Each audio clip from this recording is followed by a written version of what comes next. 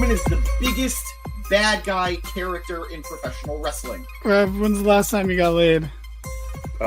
French Toast is the exchange student that you have like a 3-week affair with. Like, we can see that you don't have pants on. Can we tell the truth about Dusty sooner or later? Bro, like- less people wanted that than are currently watching our stream.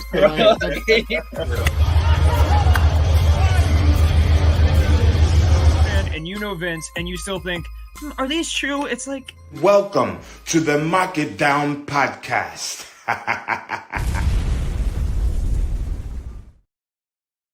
Hello, everybody, and welcome to the Mark It Down podcast, where it's Thursday night. You know what that means. We're in the Gym Pack Zone because we're covering all things TNA, all things Impact Wrestling. Guys, this was a big week for TNA. It goes past just tonight. It goes past just tonight's episode of Impact. We're going to get into it. We're going to talk about the whole week and how it affects the future of TNA and what we could hopefully look forward to moving forward. But let's focus on the here, let's focus on the now, and let's focus on the start of the show as TNA gave us, or at least me, a heart attack as a match that I haven't been looking forward to because I've been dreading the possibilities of what it means as we had our blow-off, I guess, let's chill out, let's all be friends match, let's just get it out of our systems match as the ABC faced each other one-on-one as Chris Bay took on his partner, Ace Austin, to start the show for TNA. Was it a good match? Yes. I think both of these guys had a lot of fun. These two young athletes who have been teaming together, who have been getting to know each other and have learned to flow so beautifully as a tag team. They clearly had chemistry. They clearly had a feel for one another. It's impossible not to after as long as they've been teaming up, which, if we really think about it, hasn't been super long in the grand scheme of things. But with how well they adjusted to being a team these last few years in TNA, it's hard to imagine these guys not having ever been associated with one another. But this was a fun back and forth matchup that started out very clearly fun, very clearly with a lot of sportsmanship, a lot of respect for one another. At one point, Bay got the better of Austin, and Austin had a big smile on his face because, you got me. That was good. As the action kept going, as the action continued, we saw that, they were taking things a little more seriously. And both men countered each other beautifully. Both men were able to really get a feel for one another and really show off just how well they knew their partner. In the end, it wasn't a big move. It wasn't a submission. It wasn't a drop. It was a roll-up, a countered roll-up, as Ace Austin just couldn't keep it together, and Bay was able to surprise him with a roll-up, with a counter, and get the 1-2-3. After the match, I don't know what I was fearing so much, considering how much they teased it and how much Ace Austin himself decided to give me a little bit of a heart attack. But after being visibly upset at his loss, he shakes his partner Chris Bay's hand. As Bay goes to walk away from him, Ace holds on to his hand, pulls him back in for a pretty aggressive hug. And then after that, as Bay is walking away, walking towards the ramp, Ace, sort of comes up behind him again. And he, but instead of giving us the attack that we were all dreading, or at least I was dreading, he holds the ropes for his partner to walk through and to get to the ramp. Let's see. We have Hunter in the comments. Sup, Hunter? How you doing? Does TNA take a shot at NXT or shout out at NXT or WWE or both? I am going to get to that. We do address what happened this week on NXT. I guess there's no point in burying the lead. Jordan Grace, the Knockouts champion. I'm going to skip ahead just a little bit because it didn't get covered too much on the show tonight, which was probably the realistic thing. As the Knockouts champion, Jordan Grace confronted and accepted the open challenge of Roxanne Perez, the NXT Women's Champion, this last Tuesday. We will see that match. We will see the Knockouts World Champion, the TNA Knockouts World Champion, challenging for the NXT Women's Championship at an NXT event on WWE TV. This is happening. This is the world we live in. This is the reality we're in. Whether it's a forbidden door, a closed closet, whatever entryway we're finding ourselves walking through, we're there. We are living in a world now where professional wrestling isn't as isolated as it's been for the last 20 years or so. I am so happy for Jordynne Grace. She is an incredible talent. She has been busting her ass for years on the indies and in TNA to show just how good she is. And I'm glad that the right people are finally noticing. I am a little nervous. I won't lie to you guys. I am nervous at the concept of the NXT Women's Champion going over the TNA Knockouts World Champion. But it is a very real possibility. I am hoping against hope. I am rooting for the surprise upset. I wouldn't call it an upset, but I am rooting for the little engine that is TNA, to have a great showing at NXT Breaking Ground next weekend. And all reports are that we're going to get some more crossover. This isn't the only one we're going to be getting. So I don't know. Let's see. We have Hunter asking, do we think we will get TNA stars in a WWE video game or not yet? Or how close are we to getting into WWE 2K25? Look, realistically, there are a lot of legalities that go into that. There are a lot of contracts that go into that. We have seen people that were in other companies still be in WWE games that they had made the jump as the games were in development, as the games were being created, and they just couldn't get taken out fast enough. I don't know how it'll work with somebody who's employed by another company. I think it would be awesome. Give me a WWE 2K TNA edition. I would buy the crap out of that. And I haven't enjoyed the WWE 2K game since 19. But I will buy the hell out of it because TNA representation, I'm all for it. I mean, clearly we're here on a Thursday night. But let's see. Realistically, it comes down to 2K because they're the ones who deal with all the legalities and all the issues. WWE has final say. If they really don't want someone in, they won't be in. But hey, let's make it happen. As it is, I know Jordynne Grace is getting a night from all the reports that I've seen. You know, you don't know unless you're the one cashing the check. Jordynne is being paid a very nice amount for her 3 appearances that she will have in NXT. Get these people paid. I am here for it. I'm here for this talent. And Jordynne Grace, like I said, is one of the few that absolutely deserves it. And in terms of who else we may see from TNA pop over to WWE, I mean, I think this guy is on the verge of possibly winning the TNA World Championship, but I believe in Joe Hendry. And if I'm clapping, he will appear. So let's see. Maybe. And on the flip side, there's been rumors of WWE guys popping up in TNA. Drew McIntyre's teased it. A lot of fans are clamoring for AJ Styles. Realistically, I think we're more likely to see some TNA talent. NXT talent popping over to TNA. I think sending over Trick to get some wins over some TNA talent might be great. You got to be careful, though, because you don't want to bury the TNA roster for NXT. But there are worse people you could lose to than the NXT World Champion right now.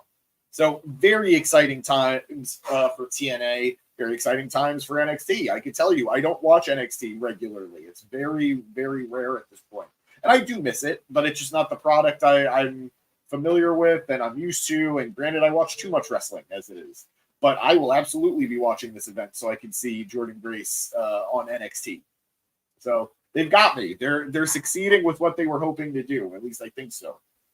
So I hope that answered your question, Ziggy. If you have anything else, let me know. But going back a little bit, we're going to go back into some other knockouts action. Isaiah Brookside took on Steph DeLander. The match itself was fine. I like Steph a lot. I think she is a great, great character, and she's a very physically imposing. She has a very physically imposing stature on any women's roster that she's going to be in. She's a lot taller. She's a lot more muscular. She's a bigger star. So to see her going against the petite and tiny Isaiah Brookside, I thought it was a fun dynamic shift. But in the end, Steph DeLander went to do what Steph DeLander does best, and that's try to cheat. She went under the ring to grab a chair, and as she's grabbing that chair, something's holding it. As she finally yanks the chair out from under the ring, she also pulls out PCO. A PCO who didn't want her to cheat and didn't want her to use the chair. PCO grabs Zaya Brookside and puts her back in the ring, and then he kind of does the same for Steph. As Steph is very confused as to what's going on, Zaya takes that opportunity to roll her up and get the 1-2-3. It's 2 roll-ups in a row, actually, now that I'm thinking about it. But it worked for the stories that were being told, so I'm okay. Zaya then books it to the ramp, and PCO comes into the ring, and Steph is very, very confused. He then pulls out a love letter, or I guess a little note that he wrote Steph's name with a heart around it. And then he hands it to her, and she accepted it. She put it in her top, and Zaya Brookside was in the back just looking gaga at this potential new couple. I don't know what to describe it. I don't know how to call it. But very interesting to see this Beauty and the Beast saga continue. Very interesting to see that Steph DeLander still being used in TNA despite no real Nat Cardona connection. And I want it on the record. I think Steph DeLander is great without Nat Cardona. And quite frankly, Nat only came back to TNA as he was going to be her corner person. But I'm just happy she's there. I'm happy to see her on TV. I know she is the indie queen, the indie goddess, but I'm glad that she also gets to be on TV. Let's see. Hunter asking, what are my thoughts on Drew and Moose going at it on Twitter? Hey, these are guys that have a history in TNA. I don't know if you're familiar with it. I think they traded back and forth the Impact Grand Championship at one point. That would be an excellent matchup today because the guys they were back then are not the stars they are today. Drew cut his teeth in TNA as Drew Galloway. He cut his teeth on the indies after he got released from WWE. It's a well-documented story. And one of those places, like I said, was TNA, and he definitely used that company to help catapult himself. And Moose has become Mr. TNA for a lot of people. You could argue that maybe it's Josh Alexander. You could argue about the Knockouts division, obviously. But Moose was signed to the biggest contract in TNA history, or at that time, Impact history. So and he's earned it, in my opinion. From everything he's done on screen, he is one of their biggest stars. So I'd be happy to see these two giant men, these two big, meaty men going at it at this stage in their career. And who knows? Maybe Drew McIntyre gets a TNA World Heavyweight Championship opportunity. If he gets screwed again at Clash at the Castle, where maybe he gets cashed in Money in the Bank one more time. I don't know if Clash comes first. It does. But hey, anything's possible. Let's see. Do I think Moose will cost Drew the title shot? I don't think so. I think with the grander play of Drew versus CM Punk, I think Punk will, if anybody costs Drew the title, I think it'll be Punk. But I think being so frustrated with continuously getting screwed in WWE, the likelihood of Drew maybe deciding to take his talents elsewhere and challenge for a different world title might be a very possible story route. Time will tell. But moving on, we then go ahead to a backstage promo as Laredo Kid is addressing the crowd and addressing being the digital media champion when he is approached by AJ Francis and Rich Swann, who congratulate him and that he'll be defending the title next week. Laredo asks why would he be defending the title, and Francis then slammed him against the garage door. So I think that's why he'll be defending the title next week, as he'll be looking for revenge, and AJ Francis will be looking for gold. Danny, I am terrified that if I make any big physical motion, my body might just deteriorate on me. But thank you for being here, friend. Moving on, we then go elsewhere backstage as Big Con is huffing and puffing, walking around looking for Santino Marella, and then he bumps into Jake something, who has Cody Deaner by his side. Deaner tries to calm things down, but it doesn't work out, and the two men agree to have a match next week. Khan then tells Jake not to listen to Deaner and walks away.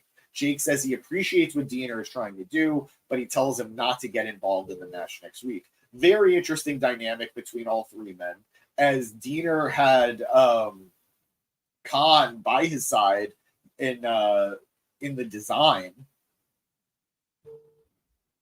I don't think anybody in this company hits that move. I can't prove it, but I don't think so. Yeah. But anyway, Deaner having had Khan by his side in the design, and of course being cousins with Jake something, who knows where his allegiances will fully lie, although I'm probably going to say Jake. But if I had to guess, if I had to make a pick on where this is going, I think Jake is eventually going to team up with Khan. We're just going to have two big old meaty men as a tag team in TNA. I don't want that to be the route. I'd rather Jake and Deaner be a tag team, but I've been burned before, and I'm preparing the aloe. We then have a surprisingly good match, at least for my expectations, as Sami Callihan took on Jonathan Gresham. And guys, I like both men very much. Hold on, let me see this comment from Hunter.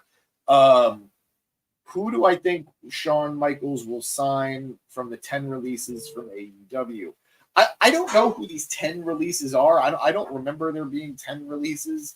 I know that there were people released like Stu Grayson. I love Stu. I don't think Stu's going to NXT. I think Stu is going to be an indie guy for a while. I don't really know. I think we're clearly seeing a lot of free agency happening. It doesn't necessarily come down to releases. We saw Ethan Page make the jump this last Tuesday on NXT. From AEW, I could see, like I said yesterday, Ricky Starks. I could see him once his contract is up going to WWE. And I know there will be some people that'll be upset that he goes to NXT, but that's probably his likely destination, NXT.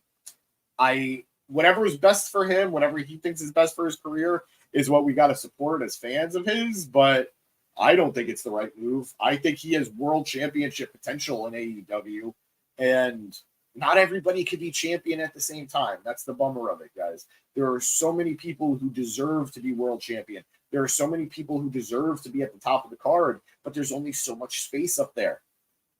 That belt can only fit around one waist at a time. So I think Ricky is still very young. I think Ricky still has a long future ahead of him. And like I said, at the end of it, I just hope he's happy with whatever choices he makes. What about Big Bill? Do I think he will return to WWE? It's possible because, hey, anybody we've seen multiple times, people leaving under bad circumstances still are able to, as long as they play it right and they're respectful, those bridges don't always get burnt. So I'd be fine with it, but I think Big Bill did his best work in TNA as W. Morrissey a couple years ago, and I think we're sort of scratching the surface of that here in AEW now. Not here in AEW, it's Thursday, so over there in AEW now. But I think it's too early to say where he should go, where he should end up. I can say of all the companies he's been in, he's won the most gold in AEW. He never won a title in NXT. He did not win a title in TNA. So AEW's treated him pretty well so far. Let's see. But I don't think, even if that option's there, I don't think that option will be available for a long time. I don't know how long his contract is, but I'd imagine at least another year. But moving on, back to this Gresham Callahan match. I love Jonathan Gresham. I love me a good technical wrestler. You guys know that. I'm a little more iffy. I'm a little more depends on the day with Sami Callahan. I was expecting this match to be fine, but it was a lot better than fine. These two guys had great chemistry, and I love Callahan playing into this new character. This new character of Jonathan Gresham with this new mask, this new octopus mask. And I think Gresham is a guy who, as good as he is, as good as he's been, has had trouble connecting with a large part of the audience. He's a short, bald guy with a beard who does a slower style of match. I get it. I think he's amazing, but I get it. I think this new gimmick, this new character, this new dark character of his, where he really leans into that octopus mask that he's had for so long, I think it's going to do a great deal for him. And we're seeing it now where he's inking people. He's hitting people with this black ink, and it's having disastrous effects on them. I'm really enjoying this idea. I'm really enjoying this concept. And Sami is a great guy to play off of with this hardcore wrestler, this character, because he is a character. He is a weird guy. And I mean that in the most loving way possible. I think he's a great guy to bounce this off of. And we saw that as Gresham was trying to play down and dirty and lock him up with these submissions and everything. Callahan was bringing the fight to him, hitting a massive pile driver on the apron, going for rough chops on the outside, missing and hitting that ring post at least once or twice. This was a really, really fun matchup. I'd recommend it. Tonight's episode of TNA, tonight's Impact, was great in terms of wrestling. We got a lot of good wrestling tonight, more so than I think in the last several weeks, where it was a more heavily focused wrestling episode. So I loved it. And this match really delivered, ending with Gresham trying to hit that black ink on Callahan, but Callahan covering his mouth with his hand. And then as he pulls that hand out, he sees the ink all over his hand, freaks out a little bit, goes towards the referee, who is understandably afraid himself. And that allows Gresham, as Callahan had pushed the referee, to kick Sami in the no-no area, in the downstairs business, and then hit a quick sunset flip to get the 1-2-3. Lots of roll-ups tonight. Sunset flip is a little different, but yeah, lots. Okay, there is a theme. So let's see where this goes for both Gresham and Callahan. Everybody else who's gotten inked has had some really bad effects. This one didn't get him in the face or get in his mouth. This was only on his hand. So maybe he'll be fine. Maybe. But great stuff from Gresham. I know I was very skeptical about this new gimmick change. I wasn't crazy about the vignettes, but I think the results have been great.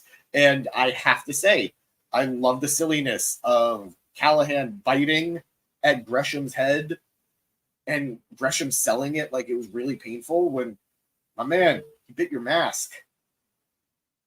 Your mask don't have nerve endings. What are you doing? It was hilarious. Let's see. Back to the comments. We have Hunter asking, what if Wardlow versus Obafemi? That would be a great matchup. It would be a great matchup. I I don't know what's going on with Wardlow. Hell, to be fair, I don't know what's going on with the Undisputed Kingdom. MJF made quick work of Adam Cole during his return at Double or Nothing, putting a pin in that, because all reports are right now, unfortunately, Adam Cole is still a way off from being able to get back in the ring, which sucks. And if they're not doing MJF versus Cole, I don't think they're going to get the Undisputed Kingdom there in the meantime. And I don't know what's next for Wardlow. I don't know. At least the Kingdom have the ROH tag titles. Roddy was just the AEW international champion. I don't know what's going on with Wardlow. I think he is a guy who is more than likely going to make the jump to WWE and quite possibly would be one of those guys to actually benefit from that jump to WWE, but no idea. But yes, that would be a good matchup, Hunter. That would be a great matchup. Moving on, we then go to this ongoing saga with TNA legend Gail Kim sort of taking Giselle Shaw under her wing and trying to guide Giselle back to TNA after Giselle's, I guess, confidence being rocked, her self-worth being rocked after continued failed attempts at the Knockouts Championship. Giselle tells Gail that the loss to Jordan Grace at No Surrender hit her hard, and she suffered injuries both physically and mentally. Giselle felt it would be best at that point if she took time away from TNA. Gail asks her after her time away why she agreed to come back, and Giselle says that she missed TNA, and it's always been her home, but she just isn't sure where to start, feeling like she has to start from scratch again. Gail says she needs to figure out why she got into the business to begin with and to understand what she's fighting for. I am all for a babyface Giselle Shaw. It's going to be a little nerve-wracking because she plays the diva so well. So well. So I want to see if she'll be able to incorporate that into a babyface run or if this is just going to be a completely different character for her. Either way, you guys know I've been very high on Giselle Shaw basically since she landed in TNA, and we've been seeing her get better and better. And while I am not clamoring for her to win the Knockouts title immediately because Jordan Grace needs to ride this wave, sooner than later would be great, and I think she's earned it. So happy to have Giselle back, hopefully in the ring, maybe next week or in a couple of weeks. Possibly by the pay-per-view. We then go backstage with Mean Gia Miller. Love that woman. As she has the system with her. Eddie Edwards says he has bigger things to worry about than his match with Joe Hendry later tonight. And Edwards says as long as Broken Matt Hardy and the Nemeth brothers don't get involved, he'll have no issues. Moose then promises he'll take care of Matt Hardy tonight. The system leave. And then out of nowhere, Frankie Kazarian pops up asking Gia who he is. Kazarian makes her say, the king of TNA. I hope it leads to something for Frankie. He's always like, he struggles with character work, but this is fun. All right, no, I don't want to say he struggles with character work. That's not fair. In my opinion, there hasn't ever really been a character that super worked with him. I think this could be good if they allow it to grow. So, all hail the king. We then go to what was another excellent matchup that unfortunately had a not so excellent finish, as we had Mike Santana taking on Steve Maclin. Guys, this match over-delivered in my opinion. This had the feel, this had the vibe, this had the action of a pay-per-view match.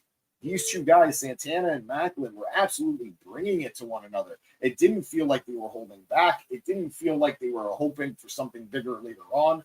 These guys were giving it to each other. And quite frankly, I think we're looking at two very possible upcoming world heavyweight champions for TNA. Macklin's already done it, but he did it as a heel. And we're definitely dealing with a babyface Maclin now, or closer to a babyface Maclin. And Santana's coming in with a wave of momentum, with a wave of popularity. The crowd was super into Santana tonight.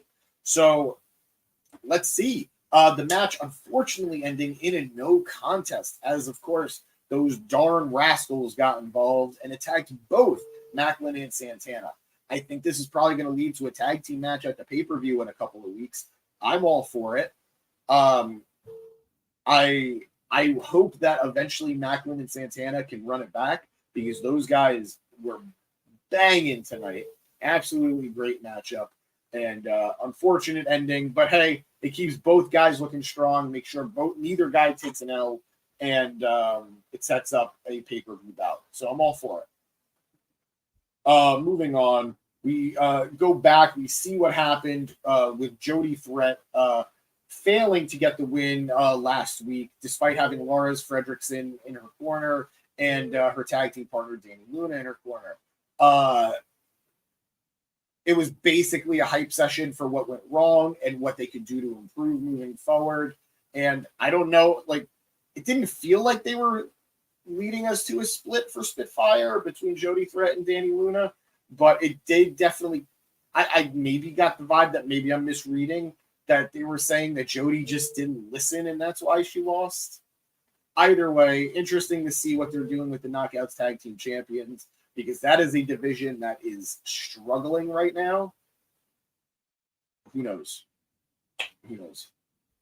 We then go to our TNA X Division champion, Mustafa Ali, taking on Leon Slater in a non-title match. This match was set up digitally last week as Slater confronted Mustafa and his new, I guess somebody in his cabinet, Campaign Singh. You guys might remember Campaign as Champagne Singh, but I think this is going to be good for him. The Champagne character, I don't want to say ran its course, but there's only so much you could really, I think, do with that character on a mid-card level before he just feels like a loser. At least this Campaign pivot brings him closer to a star like Mustafa Ali and freshens him up a bit. So I think that's cool. And I got to say, one, wasn't expecting Leon Slater to have an accent. That was cool. That was a nice surprise. Two, I'm really digging that they're positioning this kid as a big deal for the future. Slater looked great in this matchup with Mustafa Ali. There was a lot of action, a lot of high flying from both men, and Ali made sure that Slater looked good.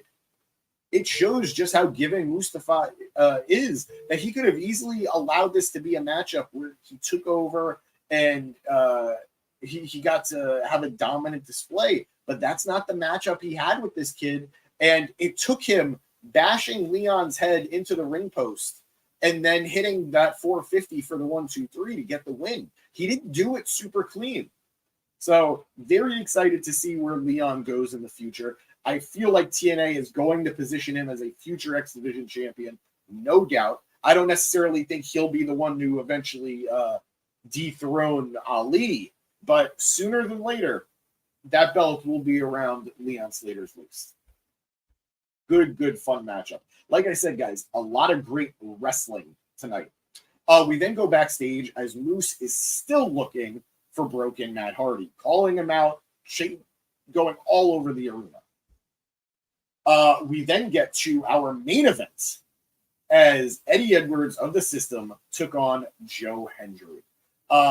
Eddie came out with the System. He came out with Brian Myers and his wife, Alicia. Hendry comes out, gets on the microphone, and is as charming as ever. Of course, ripping into Eddie Edwards, telling him how it's 2024. Nobody should be rocking a faux hawk anymore. Although I do think he's got an actual mohawk, I think, technically. It's just kind of limp. But this was a fun back and forth matchup. At one point, it looked like Myers was going to get involved and Alicia was going to get involved. But the Nemeth brothers, Nick Nemeth and his brother Ryan Nemeth, who will be challenging for the TNA tag titles against the System, Eddie Edwards and Brian Myers at the pay-per-view, they come out to even the score and make sure that this is a fair matchup.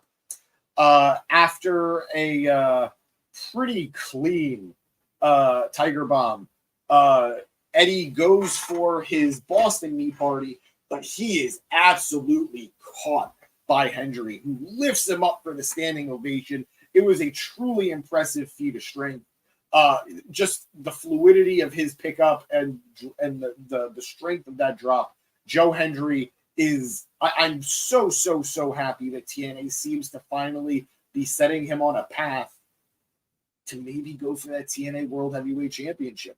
He's at this point beaten 2 members of the system. He beat Brian Myers a couple weeks ago in that championship clash, and now he beat the other tag team partner, the other tag team champion, Eddie Edwards. He has a long history with Moose, so maybe we are getting there if Moose is able to get through Broken Matt Hardy at the pay-per-view against all odds.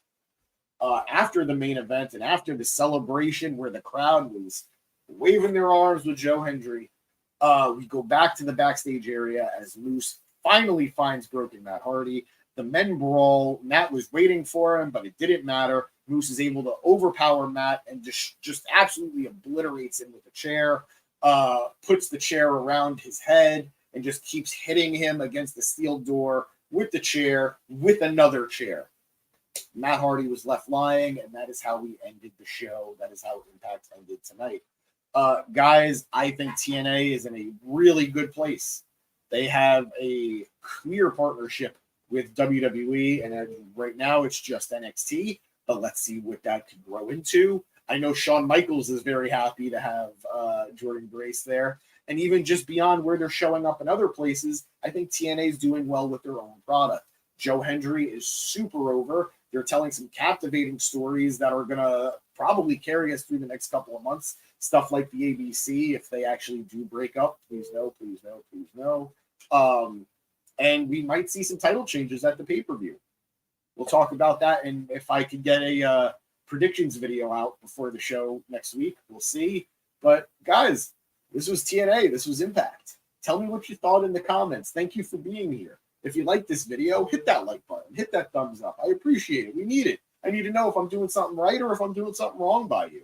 If you're new with us, we would appreciate it if you subscribed. We talk about all wrestling. It might be Thursday night. It might be TNA night, but we do cover AEW. We do cover Dynamite on Wednesdays. We cover WWE, Monday Night Raw, Friday Night SmackDown. Weekend wrestling gets a little tough, but we cover, of course, all pay-per-views. So we love wrestling, and we love talking wrestling with you. So, guys, my name is James Giusanti. This is the Mark It Down podcast, and this was the Jimpag Zone. As always, watch wrestling, and, of course, watch TNA. Have a good night.